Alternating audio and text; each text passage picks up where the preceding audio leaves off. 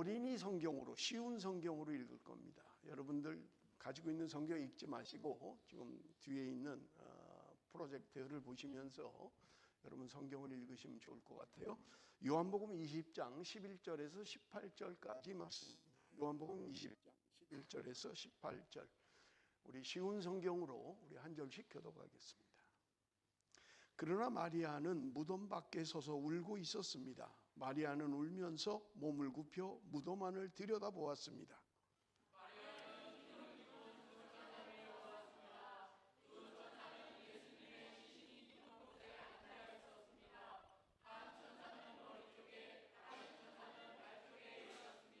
천사가 마리아에게 물었습니다. 여자여, 왜 울고 있소? 마리아가 대답했습니다. 사람들이 우리 주님을 어디론가 가져갔는데 주님을 어디로 두었는지를 알지 못하겠나이다.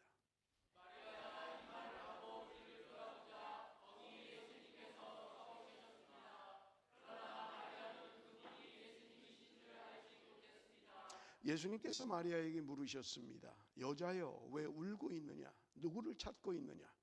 마리아는 그분이 동산 관리인인 줄로 생각하고 저 당신이 그분을 다른 곳으로 옮겨 놓았다면 어디로 옮겨 놓았는지 말씀해 주세요.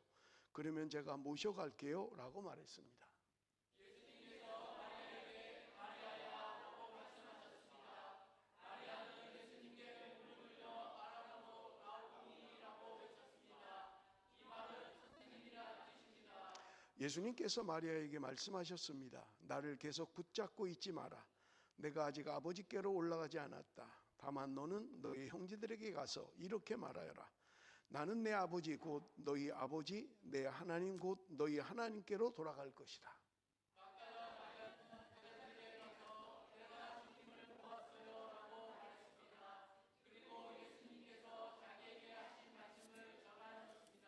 아멘.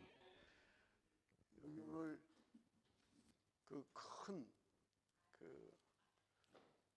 알이 있죠? 알이. 초콜릿이에요. 목사님이 설교하다가 맞추는 사람에게 자, 여러분들 학교에서 어려운 시험이 있죠. 쉬운 시험이 있고 어려운 시험이 있죠. 그죠? 그런데 어려운 시험을 쳤는데 100점을 맞은 거예요. 그럼 여러분 어떻게 할 거예요? 100점을 맞았다 그러면 한 소리. 100점 맞았다 그러면 어떻게 할 거예요? 그냥 좋아? 라운이는?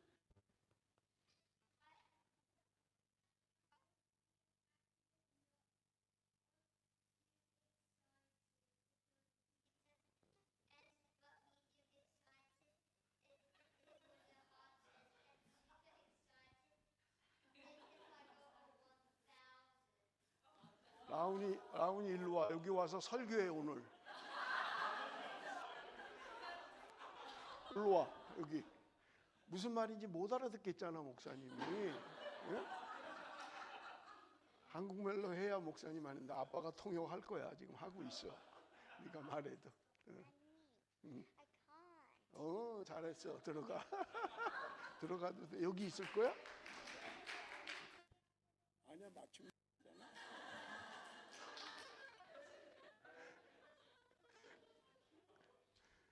아마 100점을 맞으면 뭐 집으로 막 달려갈 거예요. 그죠? 그래서 엄마 나 100점 맞았어. 그러지 않겠어요? 아빠 나 100점이야 100점. 왜 그럴까요? 우리 어린이들이 이야기한 것처럼 기쁜 소식이기 때문에 그래요. 아마 평상시에 100점을 잘 못 맞다가 100점을 맞아 놓으니까 아마 그 소식을 알리려고 달려갔을 것 같아요. 여러분 오늘 우리가 읽은 성경에 보면 기쁜 소식을 전하는 사람이 또 한 명 있어요. 여기 막달라 마리아라고 하는 사람이 기쁜 소식을 달려가서 전했다고 성경은 이야기하고 있는 것을 우리는 볼 수 있는 거예요. 자, 무슨 일이 일어났는지 우리 좀 보겠습니다. 막달라 마리아는 예수님이 십자가에 달려 돌아가시는 모습을 보았어요. 그래서 너무 슬펐어요. 내가 사랑하는 주님이, 내가 그렇게 따르는 주님이 돌아가신 거예요. 그래서 슬픔 가운데 잠겨 있었던 거예요. 그래서 마리아는 지금 예수님의 무덤에 새벽에 간 거예요. 이제 예수님은 돌아가신 거예요.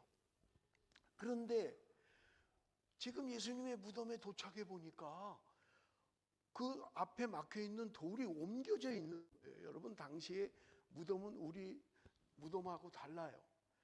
굴을 파고 그 시체를 안치하고 돌로 막아요. 그런데 그 돌이요 2톤 정도 된대요. 2톤.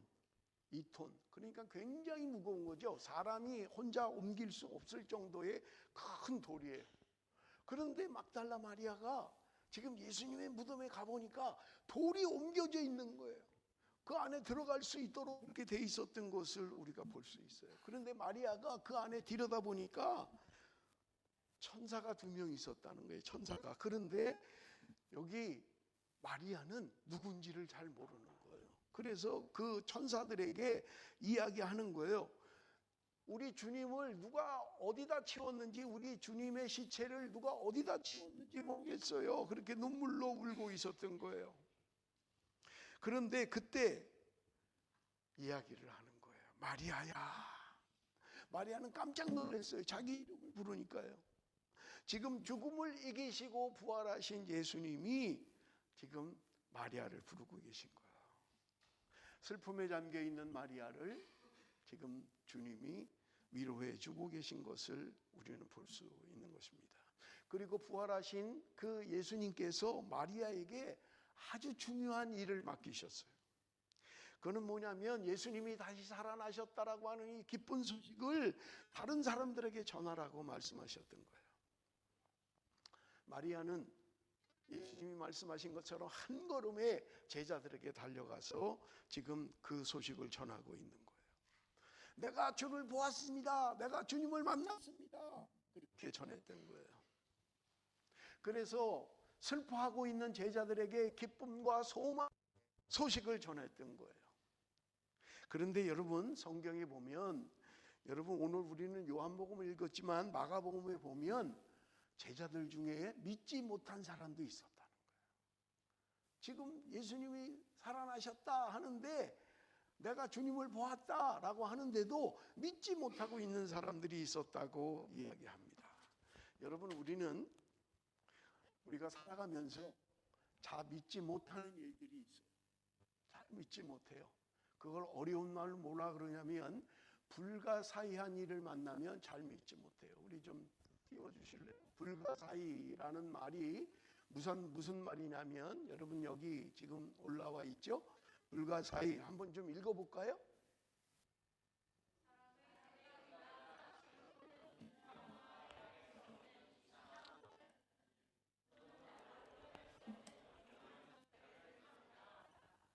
불가사의라는 말은 이해 안 돼, 믿을 수가 없어, 어떻게 그런 일이 일어나 라고 하는 말이에요. 그래서 영어는 보면 미스테리라고 이야기하는 거예요. 미스테리. 아니 어떻게 그런 일이 일어나, 말도 안 돼, 있을 수가 없어, 믿을 수가 없어 라고 이야기하고 있는 것을 우리는 볼 수 있는 것입니다. 자, 우리가 살아가는 세상에는 불가사의한 일이 굉장히 많아요. 그래서 여러분들이 인터넷에 불가사의라는 단어를 치면 세계 7대 불가사의 이런 게 나와요. 그런데 불가사의는 하나만이 아니에요. 현대 세계 불가사의 또는 기술적인 세계 불가사의 이런 것들이 나와요. 자, 불가사의가 뭘까요? 한번 알아맞힐 수 있는 사람. 이게 불가사의입니다. 오, 라우니 한국말로 할 수 있겠니? 괜찮아, 영어로 해봐. 뭐가 불가사의야?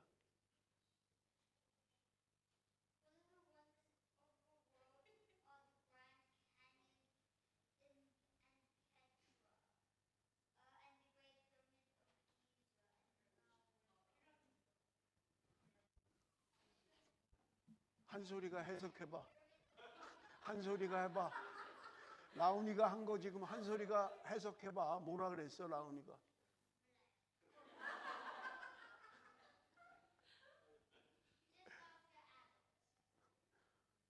라운이는 목사님이 돼야 되겠다. 설명을 잘하네. 자, 여러분, 목사님이 불가사의가 뭔가를 보여줄 거예요. 불가사의가 뭔가. 자, 우리 한번 봅니다. 불가사의 첫 번째, 라운이가 맞췄어요. 오, 라운이 이거 줘야 돼. 라운이. 목사님이 못 알아들었어. 오, 이야.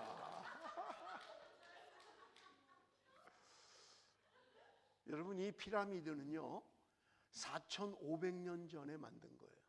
지금은 뭐 백몇 층도 건물을 짓잖아요. 그런데 4,500년 전에 저게 높이가요 130, 40m가 되는 거예요. 그러니까 굉장히 높은 거예요.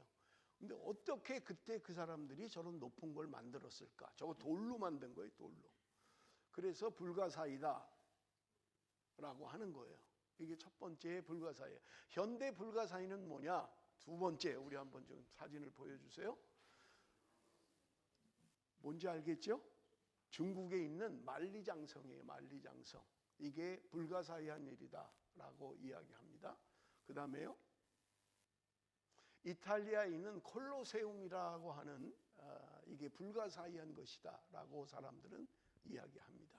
지금은 뭐 뼈대만 남아있는 그런 건물이죠. 그 다음에요, 인도의 타지마할이라고 하는 건물이에요. 이게 세계 불가사의한 것이다 그렇게 이야기를 합니다. 다음에는요, 페루의 마추픽추라는 그 거예요. 아니, 천천히 설명하면 넘겨야지. 네가 다 넘겨버리면 난 뭐하라고 지금 후딱후딱 넘기냐. 설명할 기회를 줘야지. 마추픽추. 지금까지 나온 거는 목사님은 하나도 가본 적이 없어요. 그 다음에 요르단의 페트라라고 하는 아주 특이한, 우리 성경에도 나오는 아주 그런 건물입니다. 이게 불가사의한 건물이다라고 하는 거예요. 그 다음에요, 멕시코의 치첸이차라고 하는데 전 처음 보는 건물이에요. 인터넷에서 그냥 찾았어요. 이게 불가사의한 건물이다라고 이야기합니다. 그 다음에요, 브라질의 예수상, 저게 700m가 넘어요. 굉장히 큰 예수님 상인데 그게 세계 7대 불가사의 중에 하나다라고 이야기하고 있는 것을 우리는 볼 수 있는 것입니다. 사람들은요 잘 믿지 못해요. 그래서 이해가 안 되면 믿을 수 없어, 미스테리야, 어떻게 그런 일이 일어날 수 있어 라고 이야기합니다. 예수님의 부활에 대해서도 사람들은 그래요. 아이고 뭐 예수님 부활 그게 진짜야? 그냥 신앙으로 얘기하는 거 아니야? 라고 얘기하는 사람들도 있다는 거예요. 그런데 분명한 것은요, 예수님은 3일 만에 부활하셨다는 거예요. 3일 만에 부활하셨다는 거예요. 그 증거가 많아요. 그런데 지금 다 증거를 다 이야기할 수는 없고요. 예를 들면 이런 거예요. 베드로가 예수님이 돌아가셨을 때 제자들, 가까이 지냈던 제자들도 예수님의 부활을 믿지 못했어요. 그런데 예수님이 부활한 이후에 그 베드로가 또 바울이 그 예수님을 만났던 거예요. 그리고 완전히 삶이 버린 거예요. 예수님을 모른다고 부인했고 예수님 믿을 수 없다고 했던 그들이 부활한 예수님을 만났을 때 그들은 생명을 걸고 죽음을 불사하고 예수님의 부활을 증거했어요. 이게 학자들이 이야기하는 부활의 증거예요. 사람들은 보지 못한 것에 대해서 생명 걸고 하지 못해요. 내가 보질 못했는데 가짜로 예수님 일어났습니다 할 수가 없잖아요. 자기가 죽어야 되는데. 그런데 제자들이 예수님이 부활하고 나서 부활한 예수님을 만난 게 수많은 사람들이 부활한 예수 그리스도를 만났다고 이야기합니다. 사도행전만 해도 500명이 예수님을 보았다, 부활한 예수님을 만났다라고 이야기합니다.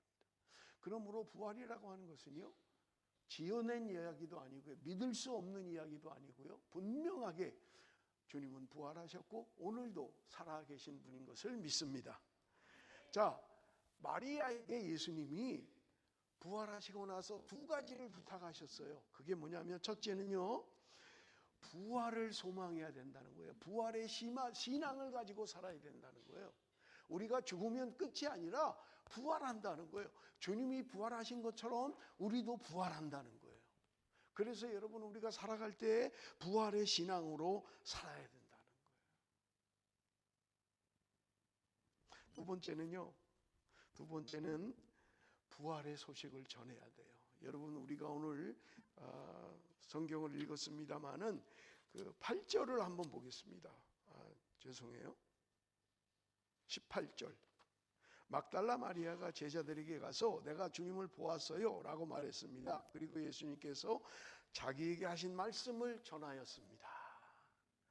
마리아가 예수님을 전할 뿐만 아니라 예수님은 부활했습니다, 살아나셨습니다, 그것만 아니라 사람들에게 전했다는 거예요. 예수님은 살아나셨어요, 내가 보았어요, 주님은 살아나셨습니다 라고 증거했다는 말입니다. 그럼에도 불구하고 오늘날에도 사람들은 예수님의 부활을 봤냐? 그렇게 말하는 사람들이 있어요. 그런데 성경은 뭐라고 하냐면 오늘 우리가 읽었던 요한복음 20장 29절에 보면 보지 못하고 믿는 자들은 복되도다 그렇게 이야기합니다. 보지 못했지만 그럼에도 불구하고 믿는 사람들은 복된 사람이다 라고 이야기하고 있는 거예요. 여러분, 오늘 우리의 신앙은 여러분 주님을 볼 수 없는 사람들인지도 몰라요. 그럼에도 불구하고 주님이 부활하신 것을 믿는 사람은 복된 사람이라고 이야기합니다. 우리 부활주일을 맞으면서 부활의 신앙으로 살아야 돼요. 부활을 증거해야 돼요. 내가 부활을 믿어야만 해요. 그것이 주님께서 우리에게 부탁하시는 일인 것입니다. 우리가 주님의 부활을 증거하는 그런 사람으로 살아가는 저와 여러분이 되시기를 바랍니다.